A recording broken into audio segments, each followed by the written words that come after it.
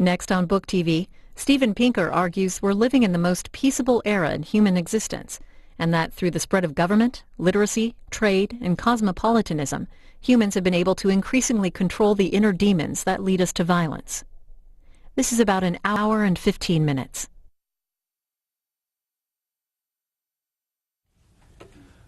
Believe it or not, and I know most people do not, violence has been in decline for long stretches of time, and we today are probably living in the most peaceful time in our species' existence.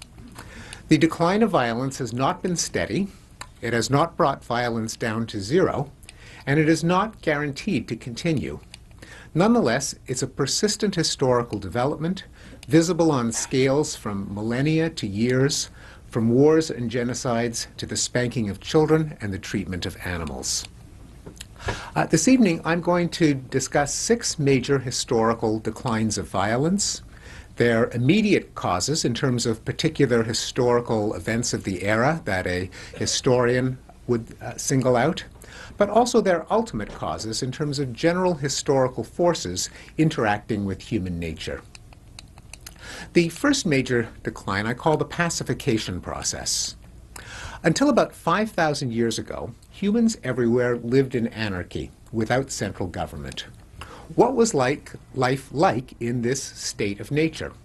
This is a question on which people have had opinions for many centuries.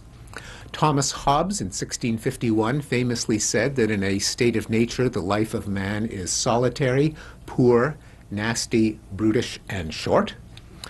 100 years later, Jean-Jacques Rousseau countered that in a state of nature nothing can be more gentle than man in his primitive state. Well, both of these men were pontificating from the armchair. Neither of them knew anything about what life was like in a state of nature. And today we can do better. There are 2 methods to measure death rates in non-state societies. One of them is forensic archaeology, a kind of CSI Paleolithic. Namely, what proportion of prehistoric skeletons have signs of violent trauma, such as bashed-in skulls, decapitated skeletons, arrowheads embedded in femurs, parry fractures on ulnar bones, the kind of fracture you get when you hold up your arm to ward off a blow, and mummies found with ropes tied around their necks. Well, if unfortunately, the space won't accommodate visuals, but I have a graph of 20 prehistoric archaeological sites at which archaeologists have tried to estimate the proportion of skeletons with signs of violent trauma. They range from 0% to 60%, and the average is about 15%. Let's compare that 15% figure with those of some state societies. For example, the United States and Europe through the 20th century, the comparable rate of death from warfare was about 1%.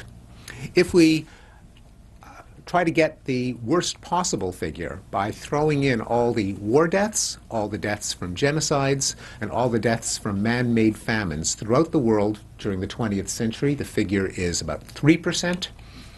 The figure for the world in 2005, for the most recent decade, on the graph is invisible because it's far less than a pixel.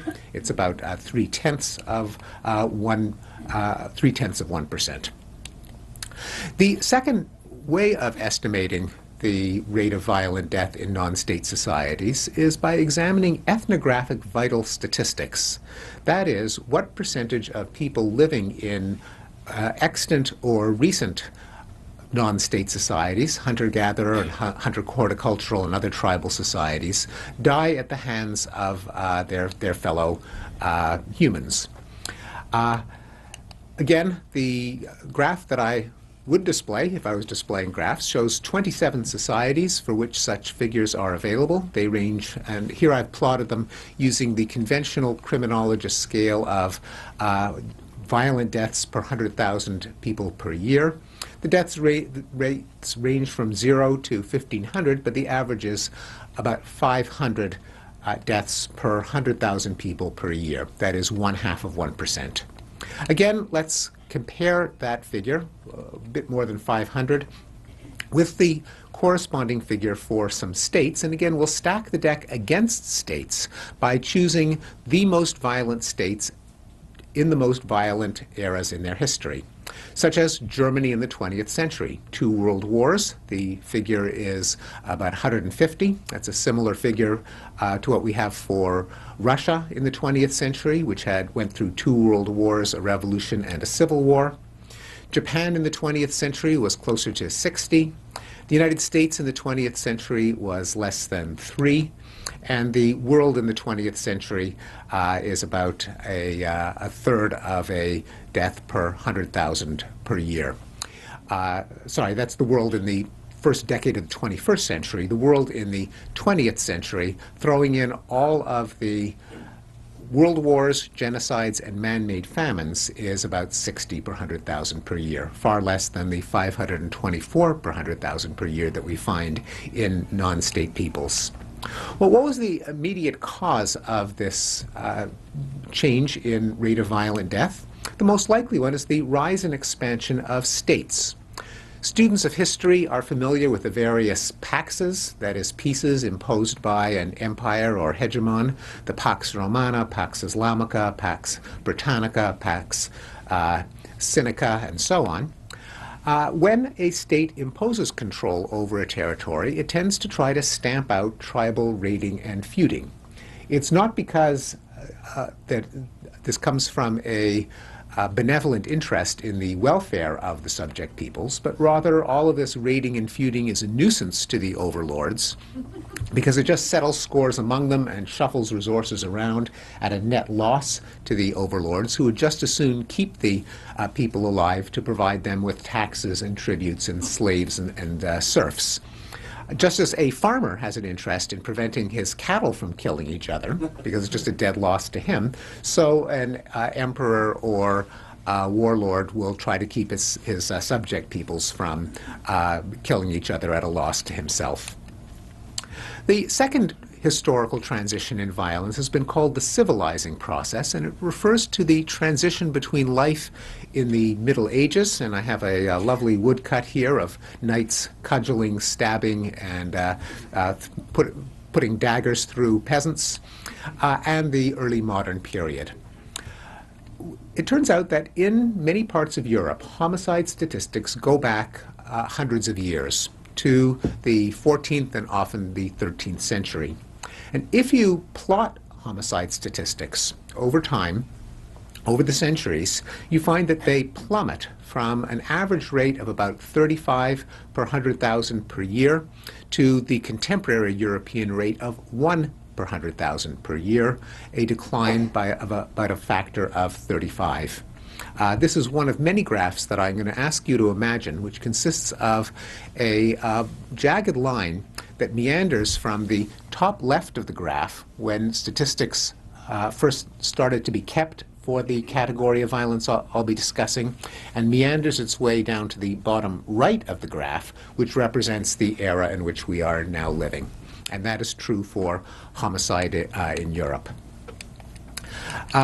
The immediate cause of the European homicide decline was identified by the German sociologist Norbert Elias in his book called The Civilizing Process, namely that during the transition from the Middle Ages to modernity, there was a consolidation of central states and kingdoms out of the European patchwork of baronies and principalities and duchies and fiefs. As a result, criminal justice was nationalized, and a life of feuding warlords, they were called knights, but today we would call them warlords, was replaced by the king's justice, where some genius had the idea that if instead of the family of a victim collecting blood money from the family of a killer, if it was the state that collected that money, it would be a constant revenue stream. And in fact, the king sent a representative to every town once a year to tally the number of homicides so that the king could collect compensation from the family of the perpetrator. This agent of the crown was called the coroner, which is why we still call the official who assesses causes of deaths the coroner.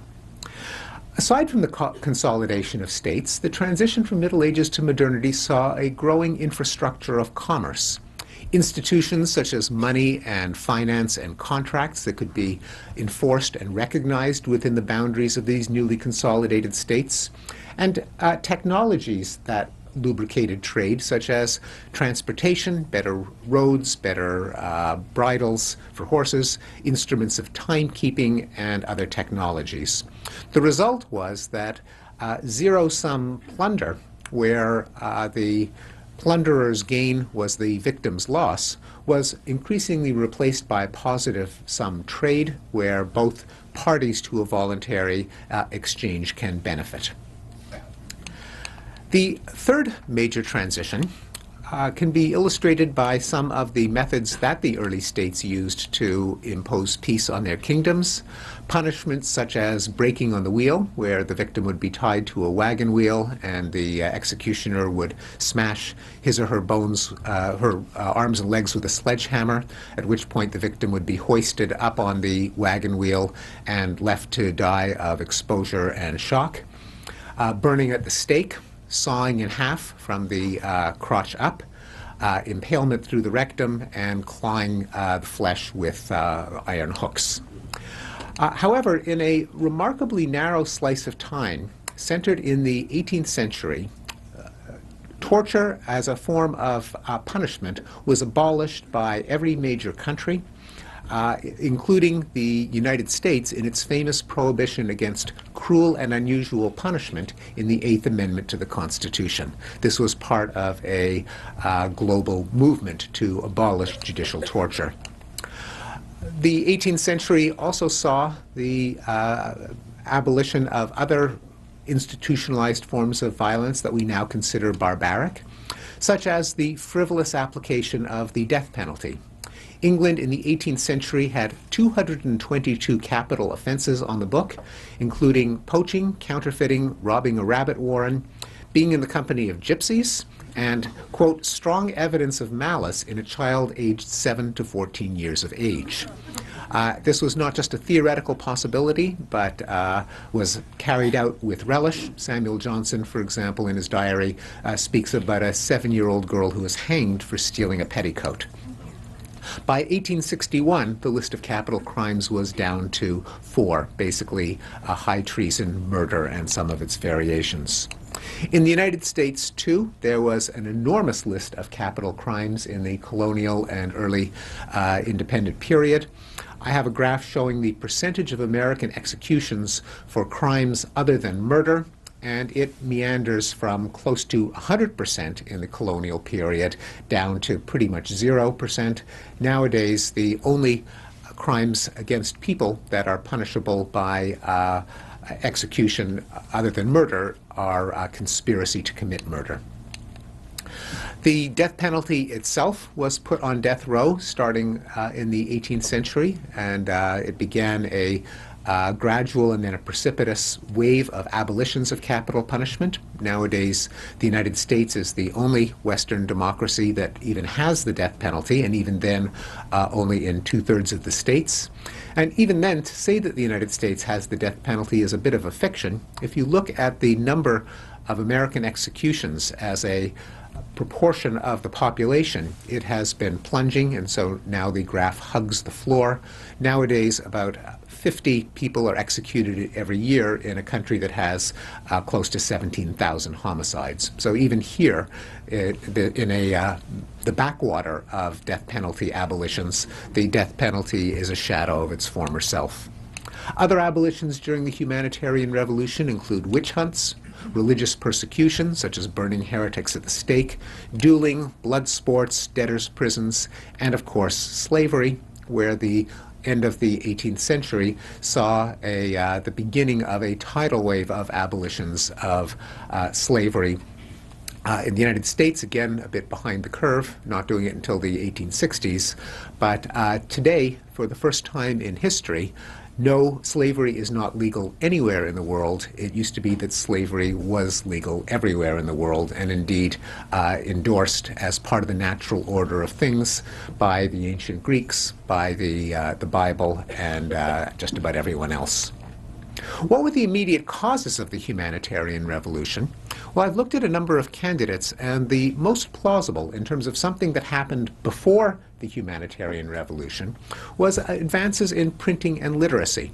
Printing was the only industry that showed an increase in productivity prior to the Industrial Revolution in the 19th century, and the cost of printing a book plunged in the 16th and 17th centuries. The result was an exponential increase in the number of books that were published in European countries, and there were more people who could read them. In the 18th century, for the first time, a majority of Englishmen were literate. Well, why should literacy matter? The causes are those that we abbreviate with the term the Enlightenment. For one thing, knowledge replaced superstition and ignorance. As Voltaire said, those who can make you believe absurdities can make you commit atrocities. As your society becomes smart enough to debunk various forms of hogwash, such as that heretics go to hell, Jews poison wells, witches cause crop failures, children are possessed, Africans are brutish, kings rule by divine right, and so on, it's bound to undermine many traditional rationales for violence. Also, literacy can be part of a general current towards cosmopolitanism, also encouraged by technologies such as ships that allow the easy movement of and mixing of peoples. And it is plausible that as people spend more of their waking life reading fiction and history and journalism, they start to inhabit other people's minds, see the world from their point of view, therefore developing more empathy and less cruelty. If you reflexively try to imagine what it's like to be some other person, maybe you're a little less likely to enjoy seeing them disemboweled. The fourth historical transition had to wait another 150 years or so, and it's a development that, borrowing from the political scientist John Gaddis, I call the long peace. And it speaks to the common conception that the 20th century was the most violent in history. Now, interestingly, people who repeat that claim never back it up with any numbers from any century other than the 20th century. And it's highly likely that that claim is fallacious. Now, it certainly is true that the Second World War was the deadliest event in human history in terms of the absolute number of people who were killed. On the other hand, the world had a whole lot more people in the 20th century than it had in past centuries, and we record and care about war deaths a lot more in the 20th century than people did in previous centuries. If you try to estimate, admittedly retrospectively, the death tolls from atrocities in past centuries, and you scale them by the size of the world's population at the time, it's not so clear that the 20th century was the worst. I've taken figures from several atrocitologists, as they call themselves, such as Matthew White from his forthcoming book, The Great Big Book of Horrible Things, where he lists the 100 worst things that people have ever done to each other that we know of. I divided them by estimates of the world's population at the time, and what happens is that World War II comes in ninth place, and World War I doesn't even make the top 10. That other atrocities such as the Mongol invasions, the African slave trade, the annihilation of Native Americans, and basically every time a dynasty fell in China, there could be several tens of millions of people killed.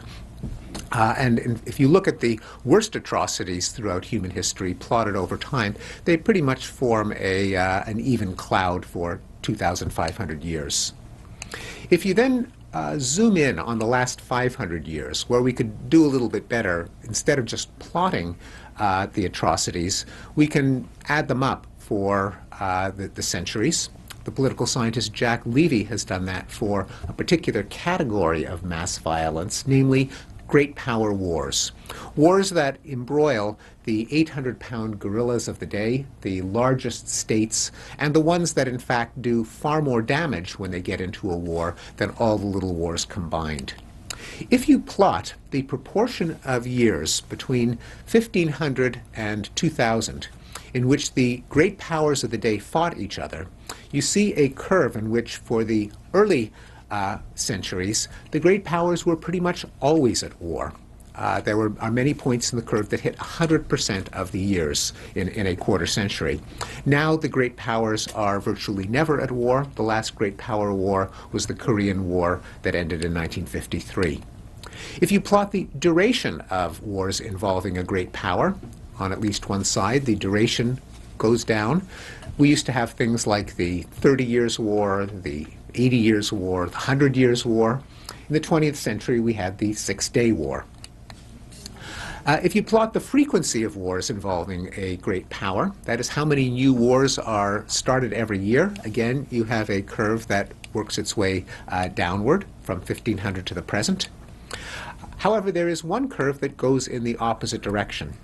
If you look for most of its history, if you plot the deadliness of wars involving a great power, that is not how many wars are started, but how many people are killed once a war does begin, that goes in the other direction. That goes upward. That is, nations got better and better at killing larger and larger numbers of soldiers until 1945, in which that curve does an abrupt U-turn. And since 1945, wars for the first time in history have become both less numerous and less deadly per nation year of war. If you then combine these two figures, you multiply the number of wars by the deadliness of each war, you get a zigzaggy curve, but the crucial point is that the last point on that curve, representing the last 25 years, in fact the last 2 points for the last 50 years, are hitting all-time lows over the last 500 years.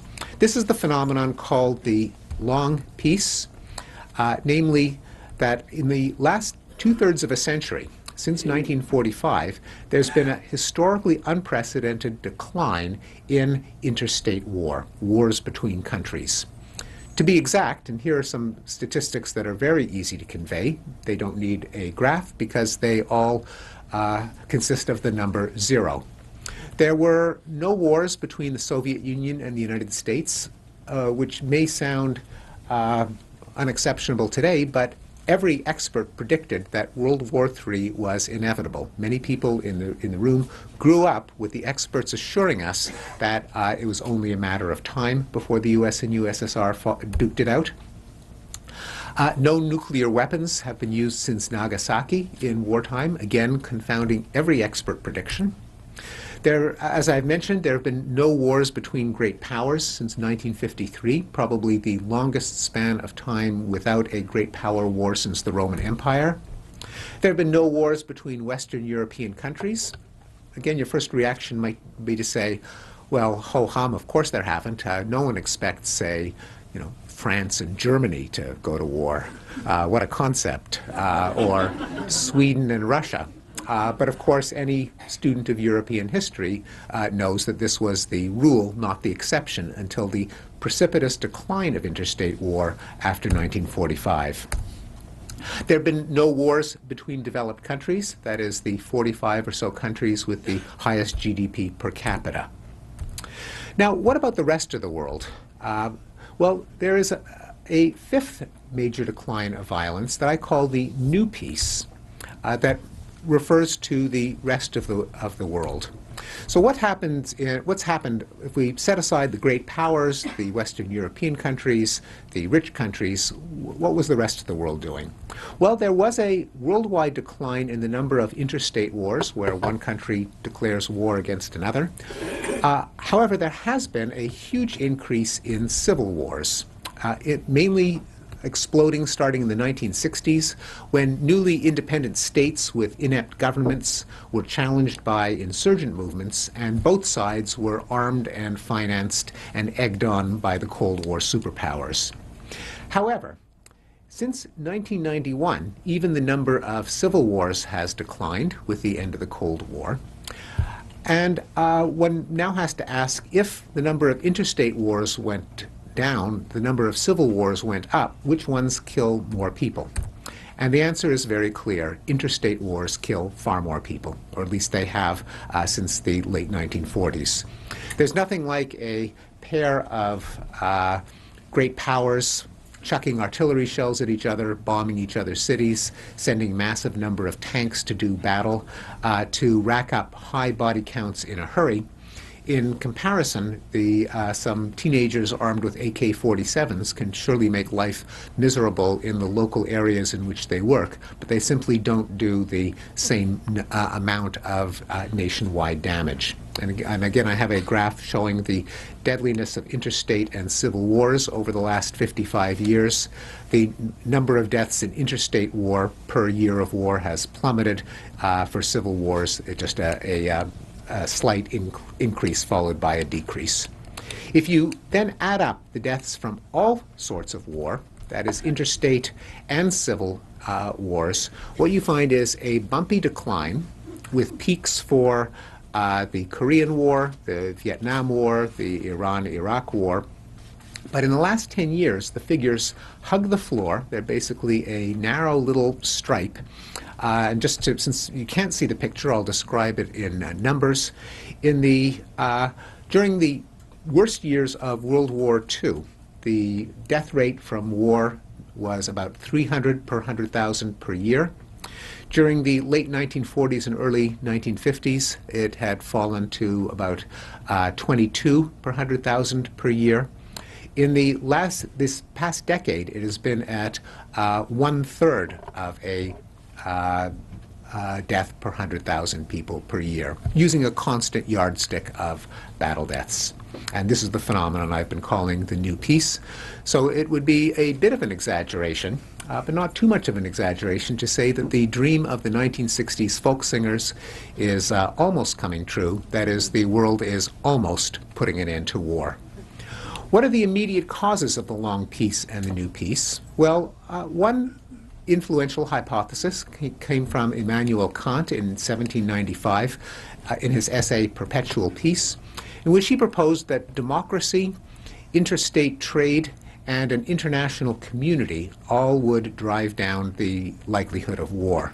Recently, a pair of political scientists, Bruce Russett and John O'Neill, have tested Kant's hypothesis by measuring these factors and showing, first of all, that all of them have increased in the second half of the 20th century, and all of them are statistical predictors of peace. The number of democracies exceeded the number of autocracies around 1990. And has shown an increase. The amount of international trade skyrocketed after the end of the Second World War. The membership in intergovernmental organizations has steadily increased throughout the 20th century. And especially since 1990, there has been a huge increase in the number of international peacekeepers, that is, soldiers with blue helmets and other neutral parties who get in the way between opposing forces. They don't always prevent a reigniting of hostilities into war, but they do far more often than when there are no peacekeepers. Finally, the sixth historical decline of violence I call the rights revolutions, which refers to the targeting of violence at smaller scales against vulnerable minorities such as racial minorities, women, children, homosexuals, and animals. During the post-war period, the civil rights movement put an end to lynchings, which used to take place at a rate of about 150 per year. That went down by the 1950s to 0 per year. Hate crime murders of blacks have been in the single digits since they were first recorded and have since then plunged to about 1 per year. Non-lethal hate crimes against blacks, such as intimidation and assault, have declined since they were first measured. The kinds of racist attitudes that in the past would license outbursts of violence, such as genocides and pogroms, have been in steady decline. For example, in the United States, if you ask white people Would you move if a black family moved in next door? Do you believe that black and white students should go to separate schools? Do you think that the income gap between blacks and whites is due to lower ability or to lower motivation? All of those racist attitudes have been in steady decline. Many of them have fallen so low that they're in the realm of crank opinion, and the pollsters have dropped them from their surveys. The women's rights movements have seen an 80% decline in rape since the early 70s, when the statistics were first kept. Also a precipitous decline in domestic violence, a strong decline in the most extreme forms of domestic violence, namely uxoricide and mariticide, that is the killing of wives and husbands. Although here I must add that the decline has been far steeper for wives killing husbands than husbands killing wives. The women's movement has been very, very good for men. The children's rights movement has seen a steady decline in the number of American states that have corporal punishment, or paddling, a decline in every Western country in the degree of approval of spanking, a decline in physical abuse and sexual abuse of children since statistics were first kept, and a decline in school violence such as fighting and non-fatal crimes. The gay rights movement has seen an increase in the number of states that have decriminalized homosexuality, both states worldwide and American states. A decline in anti-gay attitudes, such as whether homosexuality is morally wrong, should be made illegal, or whether gay people should be denied equal opportunity, and a decline in at least one category of anti-gay hate crimes. The animal rights movement has seen a decline in hunting, a rise in vegetarianism, and a decline in the percentage of motion pictures in which animals were harmed. Well, all of this raises a question. Why have all of these graphs meandered downward over the course of history? Why have there been so many different declines of violence at different scales of magnitude and time? Well, one possibility is that human nature has changed and that somehow people have lost their inclinations toward violence. I consider this an unlikely explanation. For one thing, toddlers continue to hit, kick, and bite. Little boys continue to play fight. Grown-up boys and many girls enjoy various forms of vicarious violence, such as murder mysteries, Greek tragedies, Shakespearean dramas, video games, ice hockey, and movies starring a certain ex-governor of California. And a number of social psychologists have assessed the prevalence of homicidal fantasies. They've asked people the question, have you ever fantasized about killing someone you don't like? Well, it turns out that about 15% of women and about a third of men frequently fantasize about killing people they don't like. More than 60% of women and 3/4 of men at least occasionally fantasize about killing people they don't like. And the rest of them are lying. A more likely possibility is that human nature is extraordinarily complex, and it comprises both inclinations toward violence and inclinations that counteract them, what Abraham Lincoln called the better angels of our nature, from which I took the title of my own book. And that historical circumstances have increasingly favored our peaceable inclinations, our better angels. Well, what are these forces in conflict, fighting it out inside the skull? I think that violence is not a single psychological category. We have a number of psychologically and even neurobiologically very distinct motives that can result in violence. There's sheer exploitation, the use of violence as a means to an end when some living thing is an obstacle in the path of something that you want, which we see played out in violence such as rape, plunder, conquest, and the elimination of rivals. Very different from that is the quest for dominance, the drive for individuals to climb the pecking order and be alpha male, and the analogous drive among groups for ethnic, racial, national, or religious supremacy. The very large category of revenge and moralistic violence, which results in vendettas, rough justice, and cruel punishments. And perhaps the biggest category are consist of violence pursued in quest of an ideology, such as militant religions, nationalism, fascism, Nazism, and communism, which can license vast outlays of violence because of a pernicious utopian cost-benefit analysis. If your ideology holds out the prospect of a future world that is infinitely good forever, well, what are you entitled to do in order to attain that world? Well, you can commit pretty much as much violence as you want, and you're still going to be making the world a better place by this cost-benefit analysis. Also, imagine that you have been vouchsafed with the one true faith according to which there is a utopia to which you can strive. And there are some people who hear about this utopia, but they just stubbornly reject it. Well, how evil are they? Well, you do the math, arbitrarily evil. And that is why the tales of the distribution of massive violence tend to be pushed outward by utopian ideologies. Well, what do we have on the other side to counteract these motives for violence? What are our better angels? There's self-control, the ability to anticipate the consequences of our behavior and to inhibit violent impulses. There's empathy, the ability to feel others' pain. There's the moral sense, which is a family of intuitions, some of which, like tribalism, authoritarianism, and Puritanism, can actually increase violence. But at least one flavor of the moral sense, the drive for fairness, can counteract violence. And then there's reason, the cognitive faculties that allow us to engage in objective, detached analysis.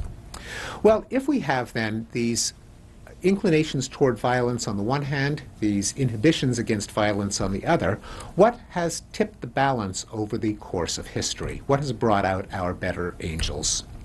The first possibility was proposed by Hobbes in his book called The Leviathan. A Leviathan, referring to a state and judicial system with a monopoly on the legitimate use of violence, can eliminate the incentives for exploitative attack by punishing it, can thereby reduce the need for deterrence and vengeance, can circumvent the self-serving biases by which both sides to a dispute always believe that they are on the side of the angels and that the other side is wicked or stupid or stubborn or all three. People we know from social psychology research exaggerate their adversaries' malevolence and exaggerate their own innocence. This can stoke cycles of revenge unless you have a disinterested third party deciding who's to blame and meting out the penalties.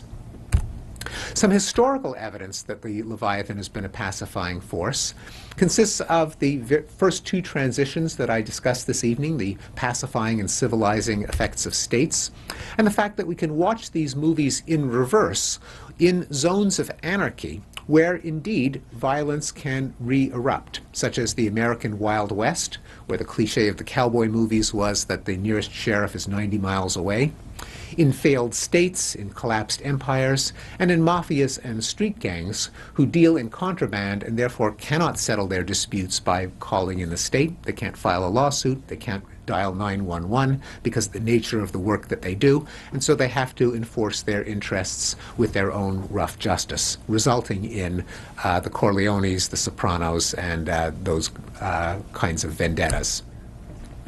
Other evidence at the international scale includes the effectiveness of international peacekeepers. The second historical force that draws out our better angels, I suggest, is gentle commerce. The idea that plunder is a zero-sum game, but trade is a positive-sum game in which everybody can win. Over the course of history, as technology improves and allows the trade of goods and ideas over longer distances among larger groups of people and at lower cost, more and more of the rest of humanity becomes more valuable alive than dead. A concrete example might be that there isn't a whole lot of affection between the United States and China these days, but it's not terribly likely that they'll go to war. Among other things, they make too much of our stuff, and we owe them too much money.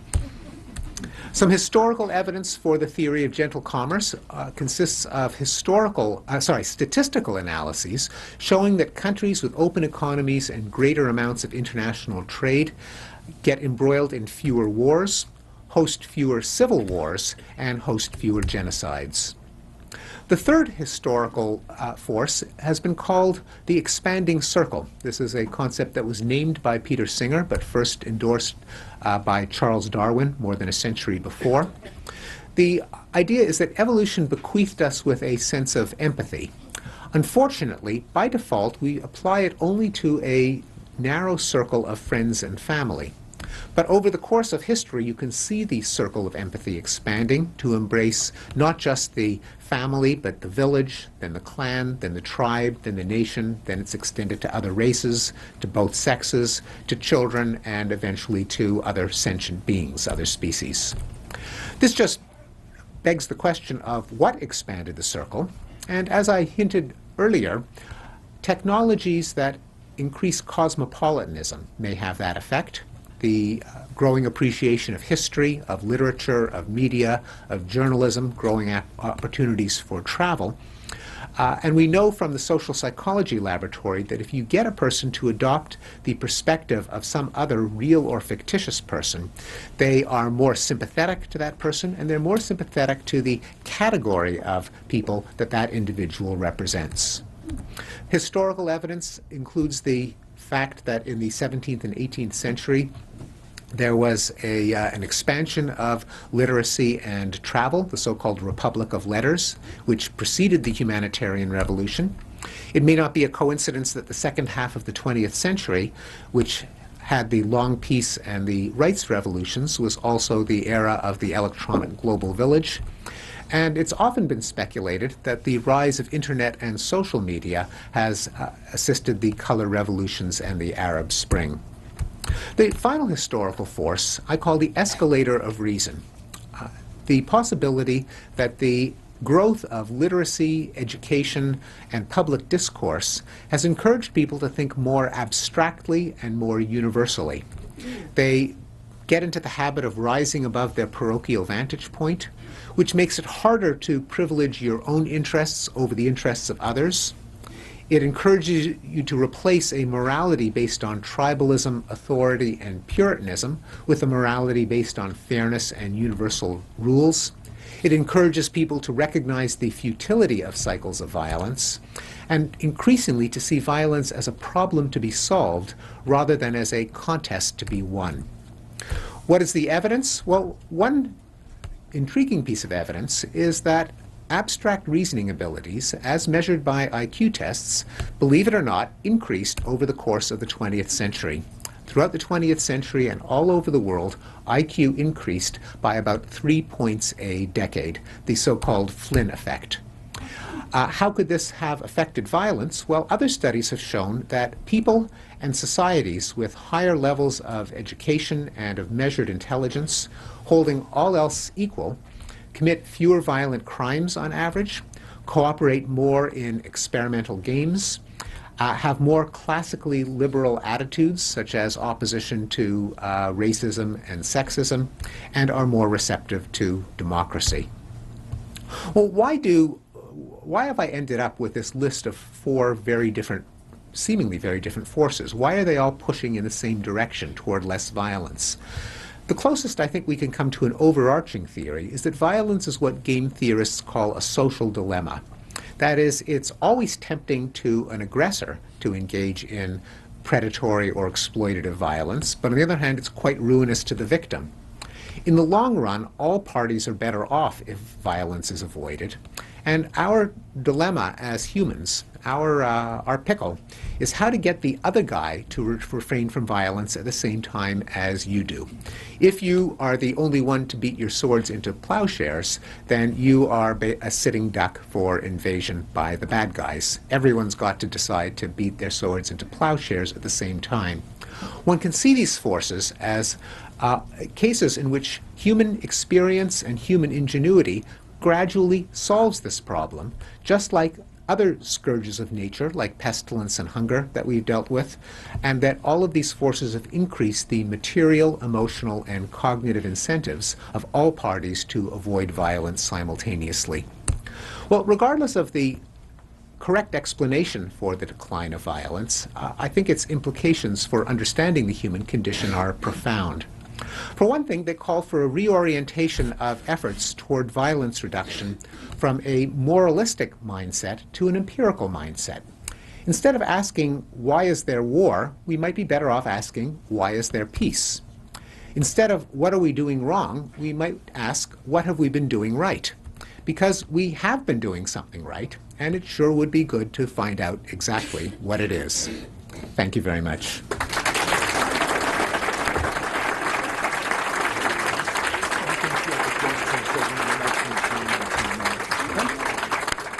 Thank you very much, Steven Pinker. This was a fantastic presentation. Already, people are lining up for the questions. I'm going to ask again. I know I'm never successful, but I'm still going to keep trying. I'd like you to keep your questions really brief, and so everyone gets a chance. And Stephen, I'd like you to keep your answers brief. So it works both ways. And if you're comfortable, please say your name. I'm Dr. Caroline Poplin. My question is Germany. It was the most cosmopolitan, the most highly educated society, arguably, in Europe. And they did the most horrible crime. Yeah. Well, it's a little misleading to say it, because there were sectors of Germany that indeed were cosmopolitan and educated. Right. There were also sectors of Germany that were more tribal in their mindset, deeply anti-Semitic.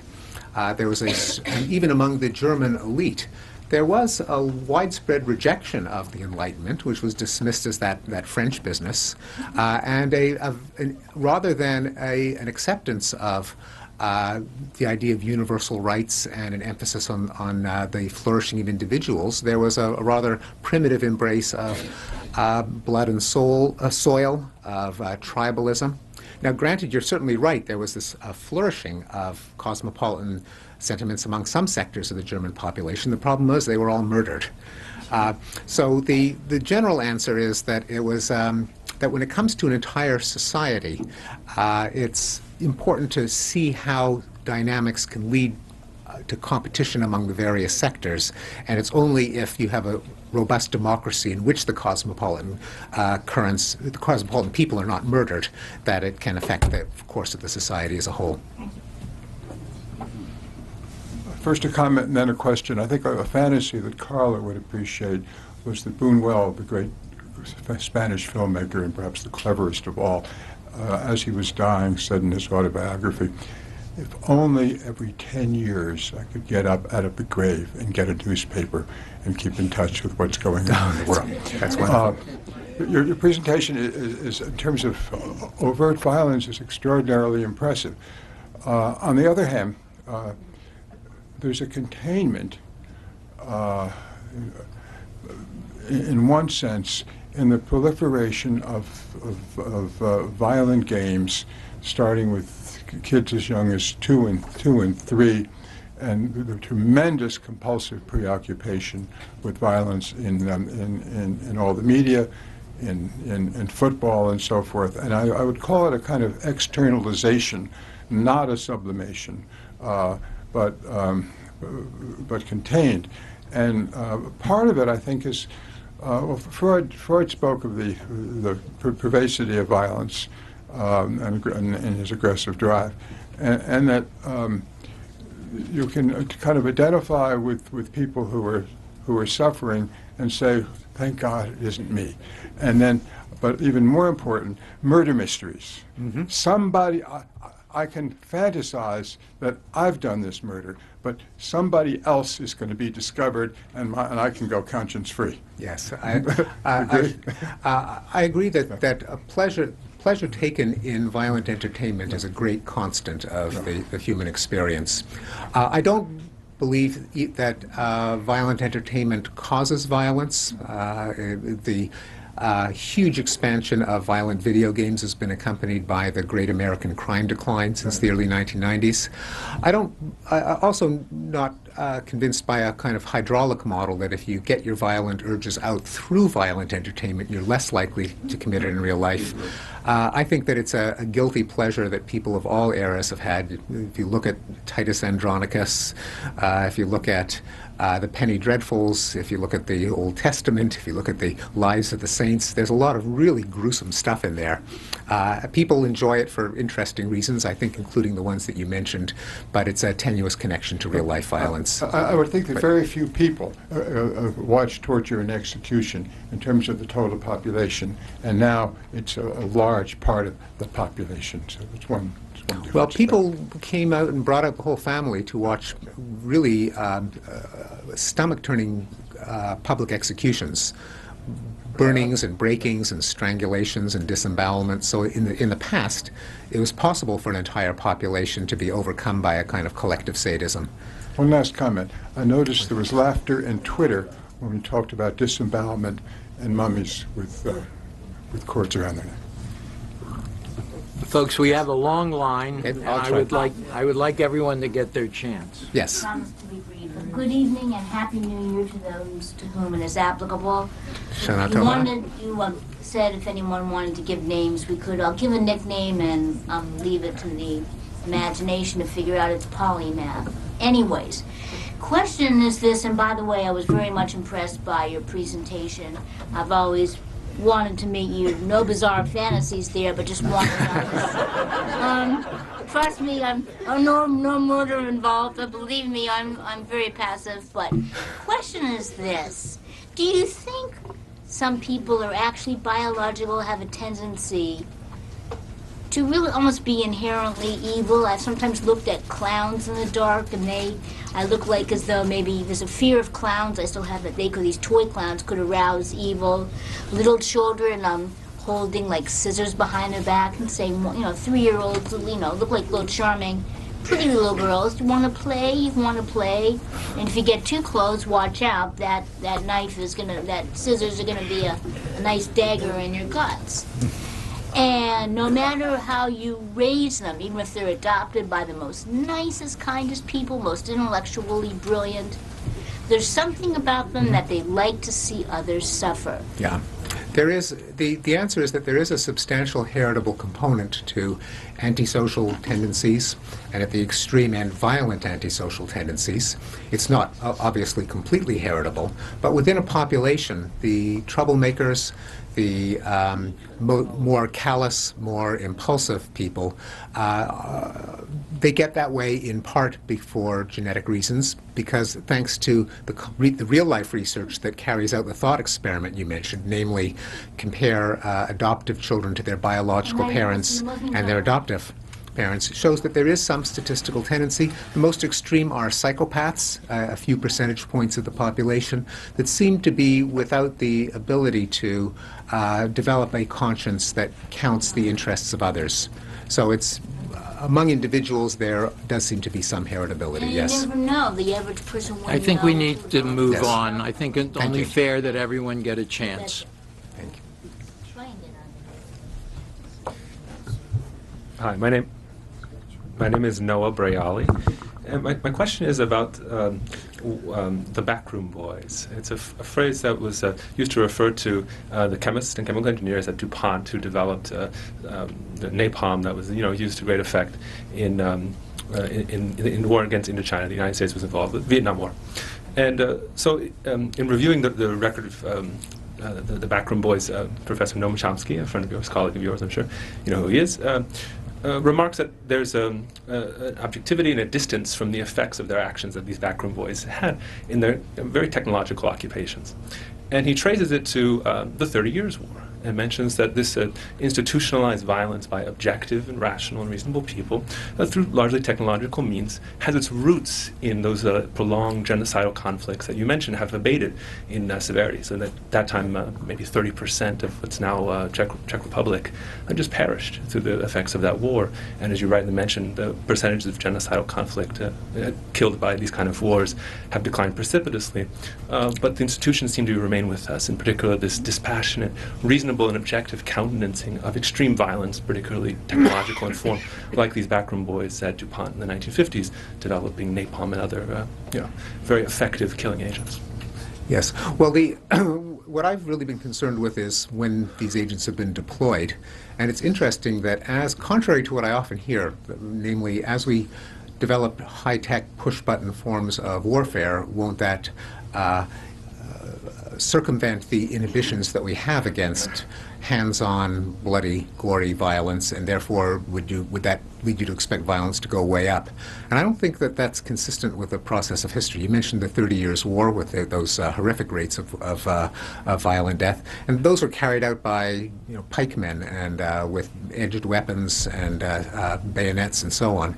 I think people can very easily overcome their resistance to hands-on violence, and in fact, it's often the most high-tech forms of violence that are deployed most gingerly, nuclear weapons being an example, which have not been used since Nagasaki.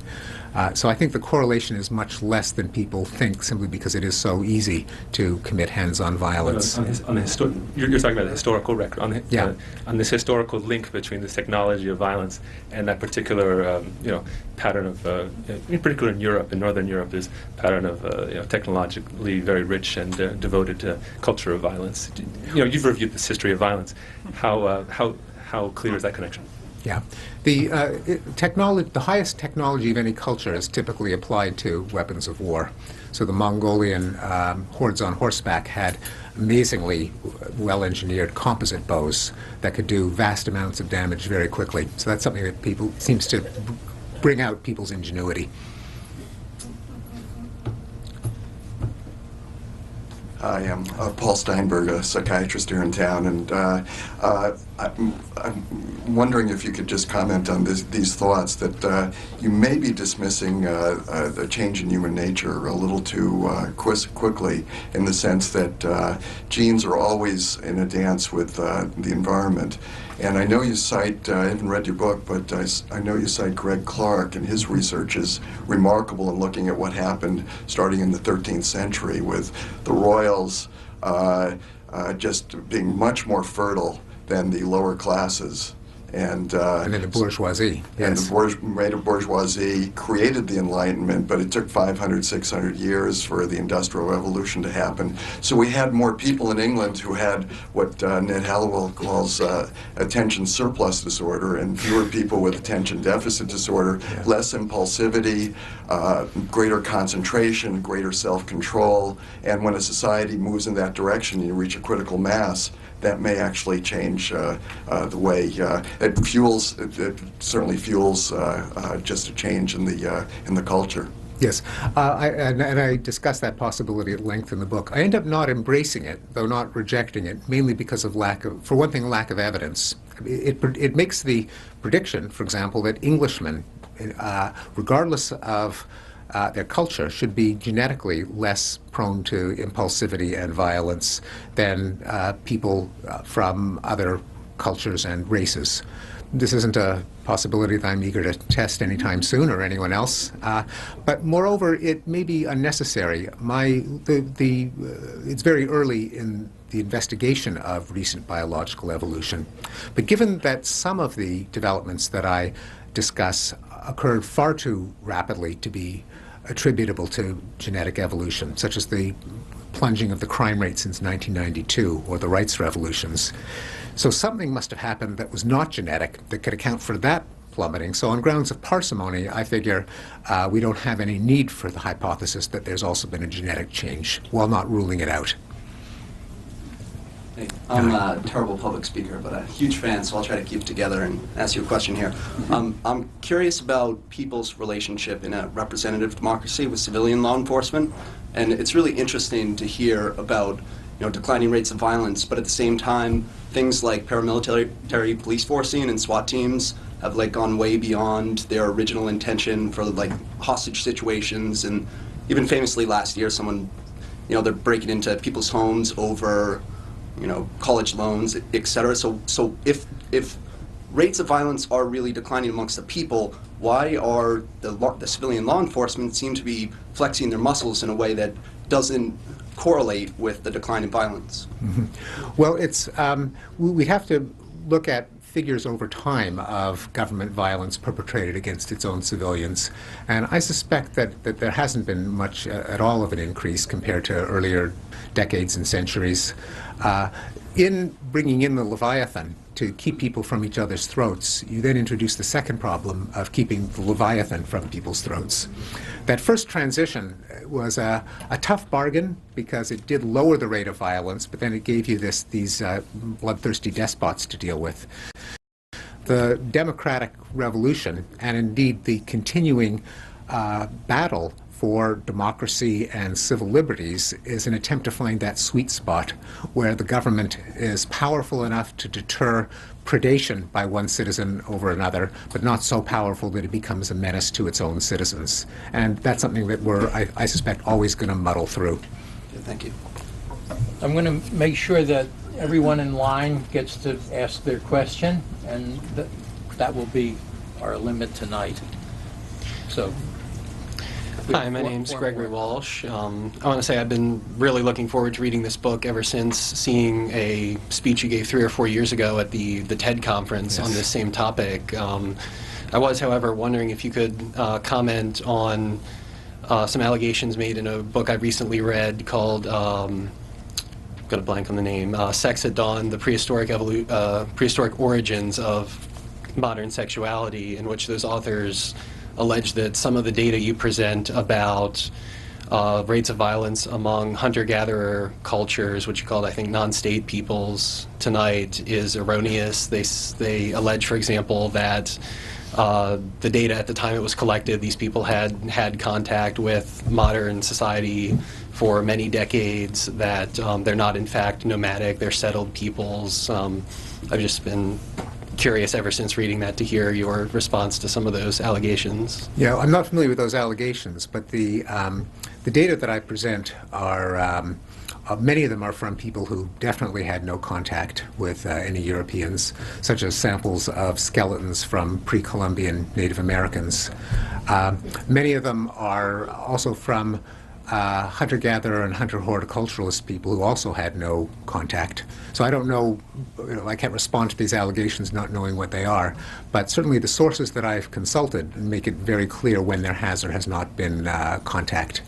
And they span a range. There are some societies that don't have measured rates of homicide or deaths in war, but on average the rates are way up there, and they're from many, many societies of different kinds. What they have in common is not living under government, and that seems to uniformly give, or no, I shouldn't say uniformly because there are some at the tail of the distribution, but on average give rise to high rates of violence. And from what I can tell from both the ethnographic and archaeological literature, that's a solid conclusion. And I cite many surveys that have the numbers that back up that claim. Thank you. Yes, hi, I'm Rich Blaustein. Thanks for your stimulating presentation. I guess when you were listing factors showing decline in violence in our society, everything from paddling to death penalty to rape, I guess one exception that kind of stood out in my mind would be incarceration. A very high level of incarceration. Of course, there are violent people that deserve to be, but there's also nonviolent crimes. There are huge sentences.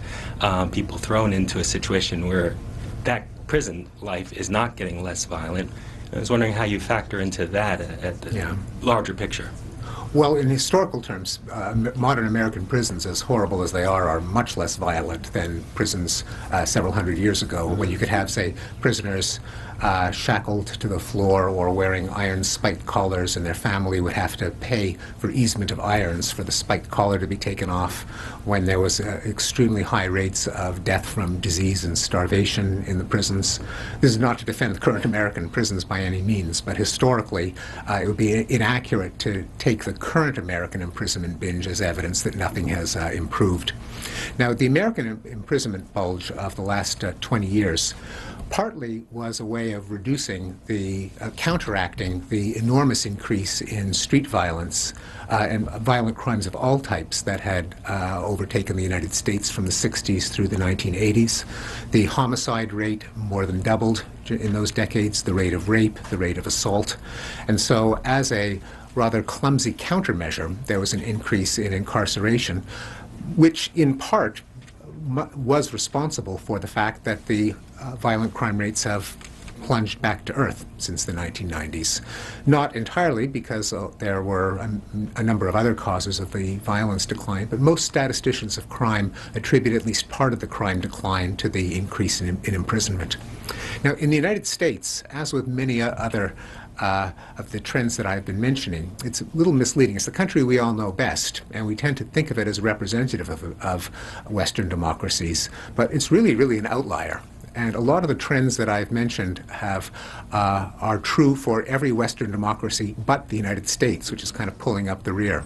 And it's true of homicide, it's true of capital punishment, it's true of willingness to engage in wars, and it's true of imprisonment, where we throw a disproportionately large proportion of our population in prison compared to other Western democracies. But certainly on the century scale, there's just no comparison between today's prisons and those of the 19th and 18th centuries.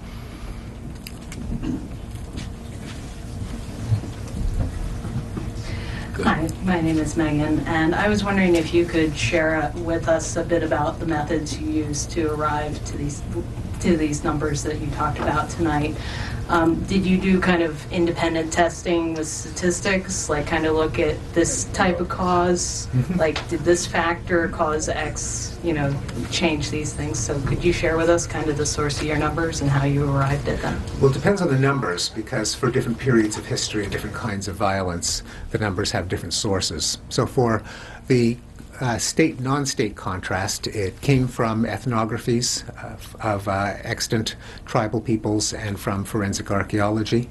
For the history of homicide in Europe, it came from historical criminology, such as the unearthing coroner's records for every year in a particular parish or town in Europe going back to the Middle Ages.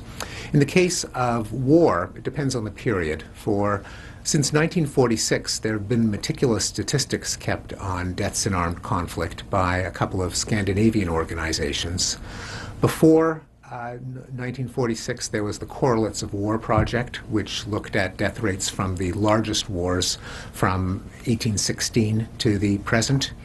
Prior to 1816, it becomes, as you can imagine, the farther back you go, the fuzzier the statistics get. But there is a line of historians, quantitative historians, that have tried to triangulate on estimates of the death tolls from various wars to come up with best guess estimates. For homicide, more recently, the FBI keeps reasonably good statistics, at least they have since the 1930s. For crimes other than homicide, like rape and assault, the best data are victimization surveys, which aren't contaminated by people's willingness to report a crime to the police. For still others, like child abuse and domestic violence, there are victimization surveys or other social science methodologies. So it all depends on the kind of violence. Did you take a new approach with analyzing the results from these? Or in general, what I did is I took the data sets in their entirety from other researchers and never second-guessed the criteria, either the start date, the stop date, what gets included, what gets excluded, because I didn't want to do any cherry picking to try to favor this hypothesis. So the data sets that I use vary in their quality, for sure, but none of them were selected in order to show a decline or manipulated in order to show a decline. I just dumped all the data in there, even when I knew that some of the inclusions were dodgy for various reasons, but I didn't give myself the freedom of cherry picking them. Thank you. Hi. I was just wondering, Putnam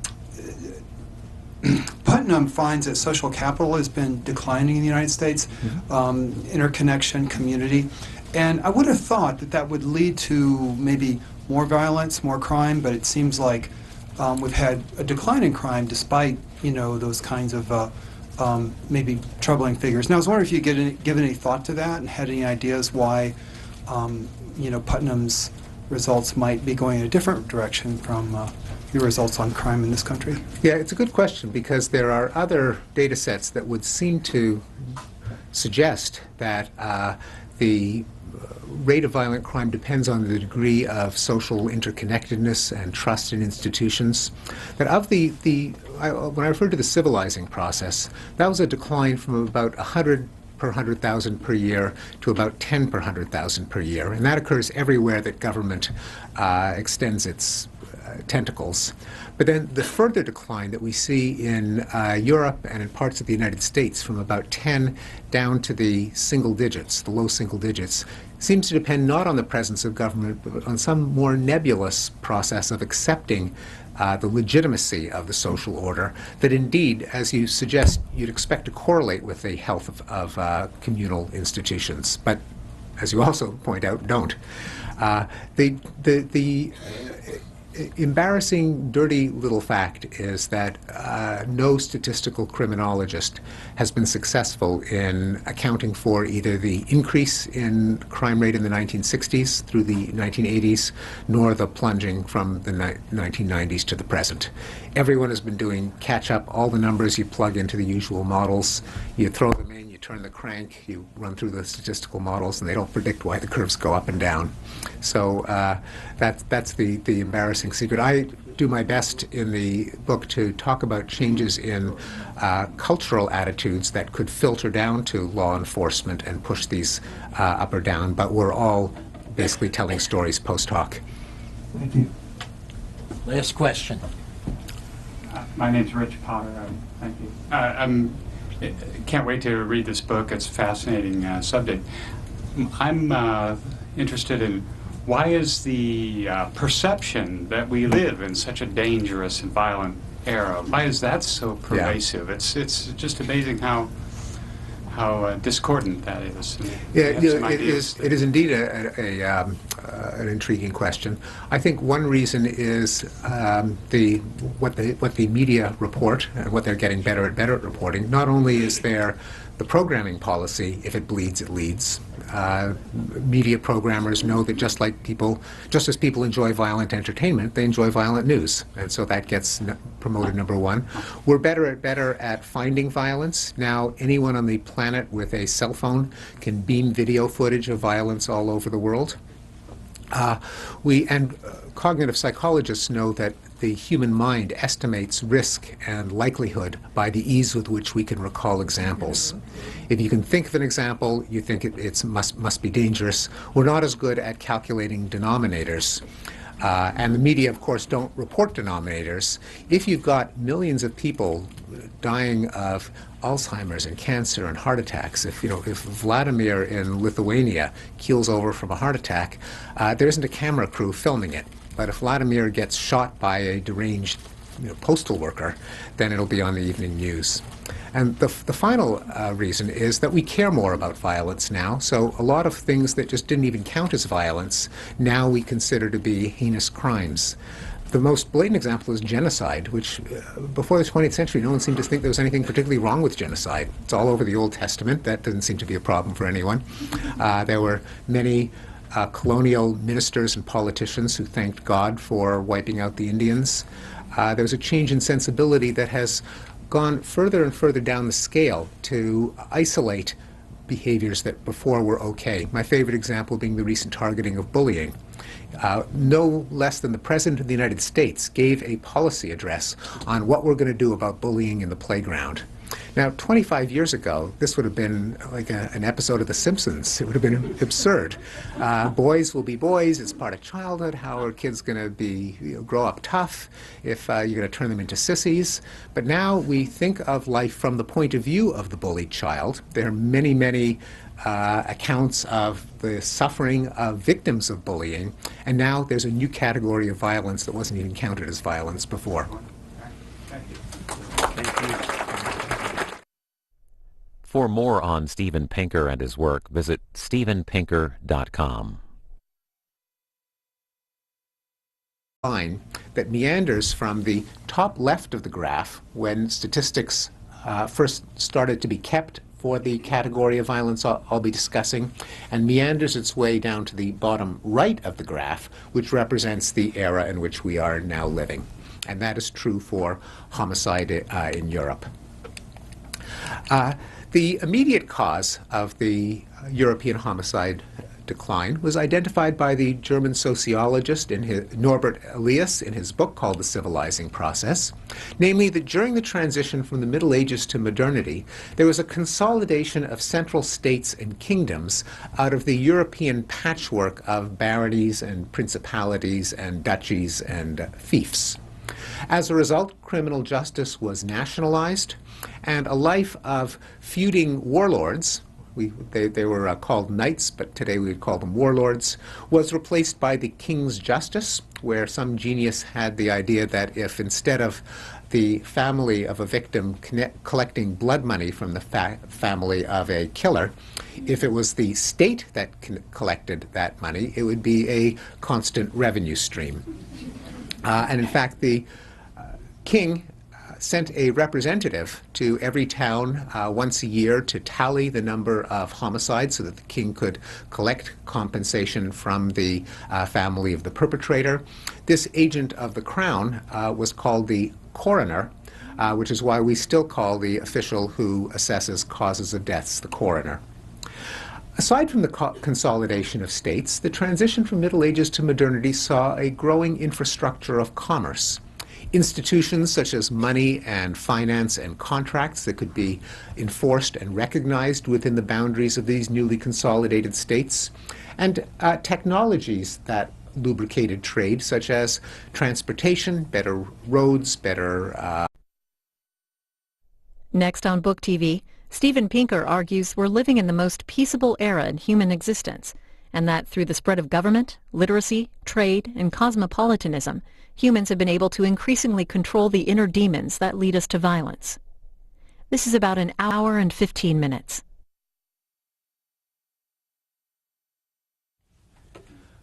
Believe it or not, and I know most people do not, violence has been in decline for long stretches of time, and we today are probably living in the most peaceful time in our species' existence. The decline of violence has not been steady, it has not brought violence down to zero, and it is not guaranteed to continue. Nonetheless, it's a persistent historical development, visible on scales from millennia to years, from wars and genocides to the spanking of children and the treatment of animals. This evening, I'm going to discuss 6 major historical declines of violence, their immediate causes in terms of particular historical events of the era that a historian would single out, but also their ultimate causes in terms of general historical forces interacting with human nature. The first major decline I call the pacification process. Until about 5,000 years ago, humans everywhere lived in anarchy without central government. What was life like in this state of nature? This is a question on which people have had opinions for many centuries. Thomas Hobbes in 1651 famously said that in a state of nature the life of man is solitary, poor, nasty, brutish, and short. 100 years later, Jean-Jacques Rousseau countered that in a state of nature nothing can be more gentle than man in his primitive state. Well, both of these men were of states. Students of history are familiar with the various paxes, that is, peaces imposed by an empire or hegemon, the Pax Romana, Pax Islamica, Pax Britannica, Pax Seneca, and so on. When a state imposes control over a territory, it tends to try to stamp out tribal raiding and feuding.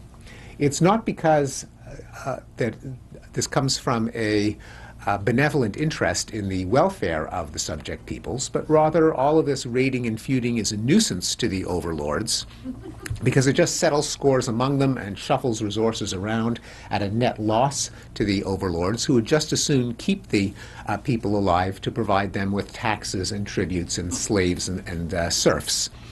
Just as a farmer has an interest in preventing his cattle from killing each other, because it's just a dead loss to him, so an emperor or warlord will try to keep his subject peoples from killing each other at a loss to himself. The second historical transition in violence has been called the civilizing process, and it refers to the transition between life in the Middle Ages, and I have a lovely woodcut here of knights cudgeling, stabbing, and putting daggers through peasants, and the early modern period. It turns out that in many parts of Europe, homicide statistics go back hundreds of years to the 14th and often the 13th century. And if you plot homicide statistics over time, over the centuries, you find that they plummet from an average rate of about 35 per 100,000 per year to the contemporary European rate of 1 per 100,000 per year, a decline by about a factor of 35. This is one of many graphs that I'm going to ask you to imagine, which consists of a jagged line pontificating from the armchair. Neither of them knew anything about what life was like in a state of nature. And today we can do better. There are two methods to measure death rates in non-state societies. One of them is forensic archaeology, a kind of CSI Paleolithic. Namely, what proportion of prehistoric skeletons have signs of violent trauma, such as bashed-in skulls, decapitated skeletons, arrowheads embedded in femurs, fractures on ulnar bones, the kind of fracture you get when you hold up your arm to ward off a blow, and mummies found with ropes tied around their necks. Well, if unfortunately, the space won't accommodate visuals, but I have a graph of 20 prehistoric archaeological sites at which archaeologists have tried to estimate the proportion of skeletons with signs of violent trauma. They range from 0% to 60%, and the average is about 15%. Let's compare that 15% figure with those of some state societies. For example, the United States and Europe through the 20th century, the comparable rate of death from warfare was about 1%. If we try to get the worst possible figure by throwing in all the war deaths, all the deaths from genocides, and all the deaths from man-made famines throughout the world during the 20th century, the figure is about 3%. The figure for the world in 2005, for the most recent decade, on the graph is invisible because it's far less than a pixel. It's about 3/10 of 1%. The second way of estimating the rate of violent death in non-state societies is by examining ethnographic vital statistics. That is, what percentage of people living in extant or recent non-state societies, hunter-gatherer and hunter-horticultural and other tribal societies, die at the hands of their fellow humans. Again, the graph that I would display, if I was displaying graphs, shows 27 societies for which such figures are available. They range, and here I've plotted them using the conventional criminologist scale of violent deaths per 100,000 people per year. The deaths rates range from 0 to 1,500, but the average is about 500 deaths per 100,000 people per year. That is 1/2%. Again, let's compare that figure, a bit more than 500, with the corresponding figure for some states. And again, we'll stack the deck against states by choosing the most violent states in the most violent eras in their history. such as Germany in the 20th century. 2 world wars, the figure is about 150. That's a similar figure to what we have for Russia in the 20th century, which went through 2 world wars, a revolution, and a civil war. Japan in the 20th century was closer to 60. The United States in the 20th century was less than 3. And the world in the 20th century is about a third of a death per 100,000 per year. Sorry, that's the world in the first decade of the 21st century. The world in the 20th century, throwing in all of the world wars, genocides, and man-made famines, is about 60 per 100,000 per year, far less than the 524 per 100,000 per year that we find in non-state peoples. Well, what was the immediate cause of this change in rate of violent death? The most likely one is the rise and expansion